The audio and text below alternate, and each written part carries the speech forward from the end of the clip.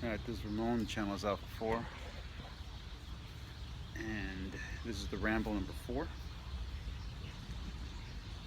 So, well, we had to move locations because the sun moved. Alright, let's talk one more. Religion. So, I'm a religious person, right? I read the Bible, read multiple translations, 4 of them. I have the Torah, but it's the longer one, the Tafahid or something like that. Anyway, I have a Hebrew text version that I can't read, but I have it. So, what do I think about religion? Because when anyone hears that I'm religious and I'm a philosopher, that I believe in science, they say, well, what about creation? What about Genesis? Let's talk about that. All right, so Genesis is a polymeric, okay? I might be pronouncing polymeric wrong, but remember I'm from Texas. So basically, it's a story talking against what was then the common held beliefs or truths of that time. So if you read the Emma Elish, the Atar Hasis, or the Epic of Gilgamesh, you'll find names that are in Genesis being referenced in those books. Characters like Tumult, the storm goddess or the whirlpool goddess of the Canaanites. You'll find characters like Baal, the snake or thunder god of the Canaanites and Babylonians and Assyrians and Syrians and Sumerians. You'll find tree worship, tree of life, tree of knowledge, tree of death. That's the nature worship, mountain worship. You'll find all of that in Genesis. So those are the accepted facts of the culture of that time. Now, to be fair, when it was finally written down, these are years after these traditions has already died out in those areas. But when these stories were originally created and passed on verbally from generation to generation, there were explanations of why the accepted facts of that time were wrong and why these Semitic or Hebrew facts were correct. So you have to deal with the major powers of the time. You have to deal with Babylon. You have to deal with the Hammurabi Code. You have to deal with all of this stuff. You have to deal with the idea of flooding.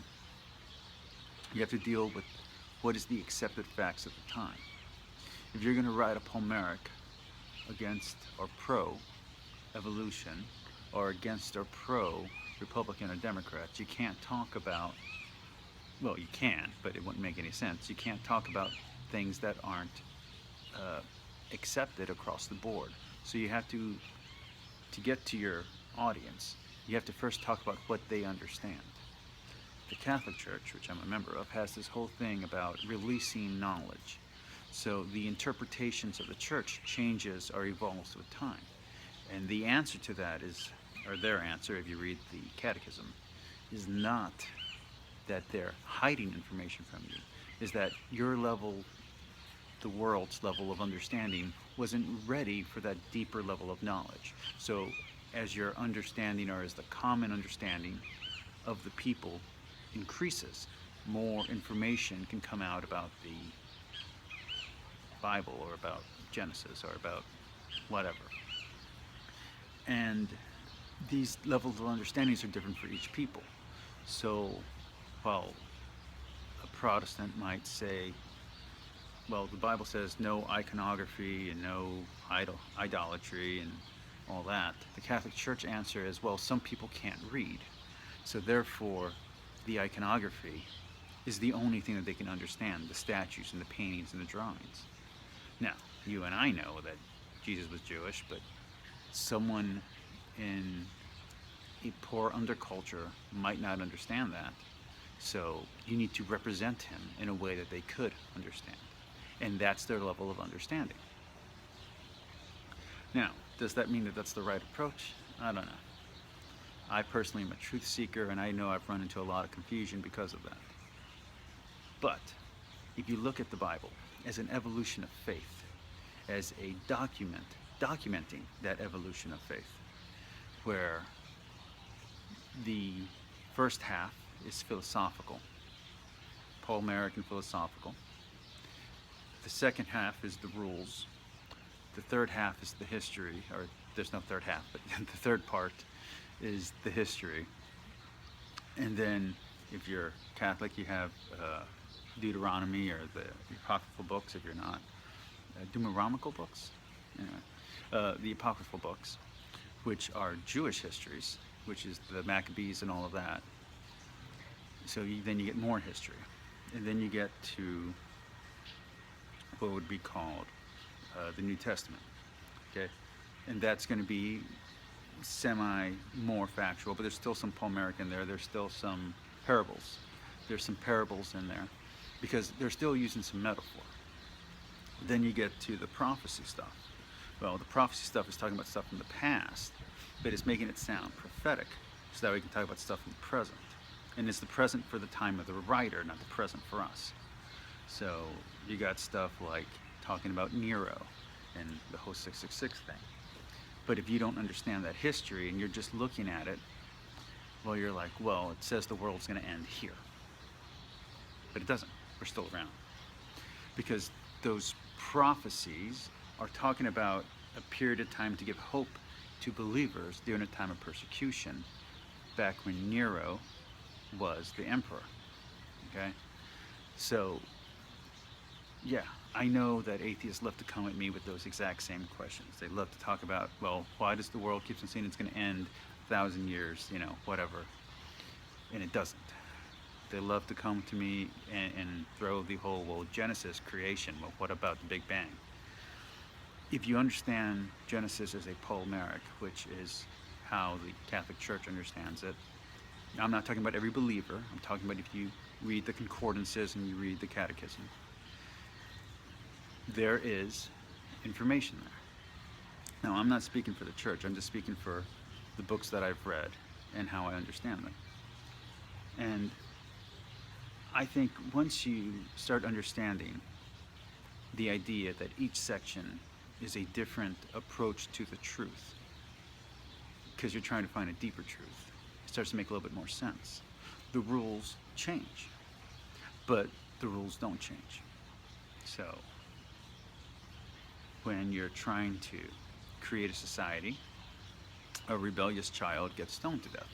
And that's in the Bible, okay? That's not just Catholic or Protestant, that's in the Bible. That's not just Muslim or some other interpretation. That's the rule that's in either Leviticus and Deuteronomy. I don't think it's in Numbers. And that's the understanding of that time. But then you read on, and you'll see passages where they say, well, no, that's not what he wants. He doesn't want animal sacrifice. He wants the sacrifice to be love, to be dedication.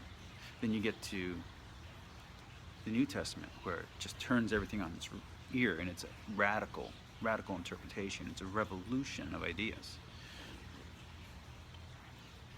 And if you read it in that order and you see that history, well, then it makes a lot more sense. And if you read supplemental texts, like I said, the Emi Elish, if you read the Dead Sea Scrolls, you'll get a deeper understanding of the text, the common preconceptions that the Bible was going up against when it was written.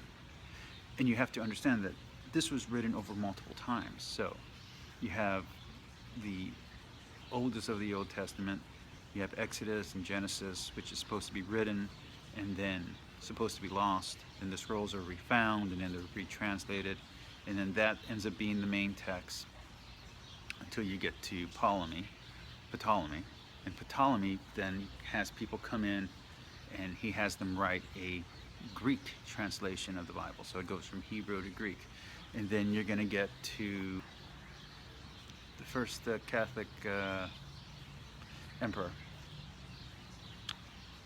Constantine? Maybe it's Constantine. Anyway, he gathers all the bishops and he has them write an updated translation, now this time including all the New Testament, and he cuts out certain books. And if you ever read the Gnostic Bible, there's a lot of interesting opposite points of view of what could have gone into our New Testament. And that ends up being a Latin version, the Latin Vulgate. And it just keeps on going on. And then you get to different translations. So then that translates into different languages, starting with, I think, German. And that's going to be the Gutenberg Bible, I believe. And then it gets translated into English, and that's the King James. And then modern translators then translate that. And then some religions don't just go with the translation, they then go with an interpretation, which is where they take English and translate it into English, which that has always bothered me.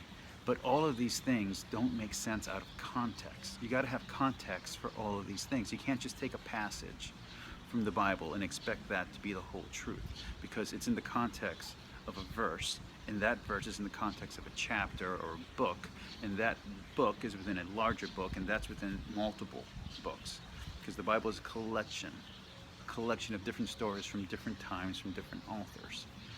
And each one of these people have a different perspective, and if you don't understand that, it can be very confusing.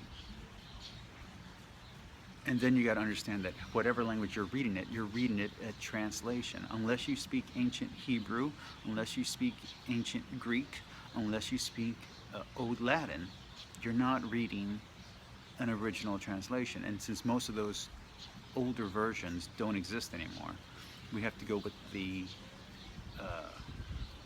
oldest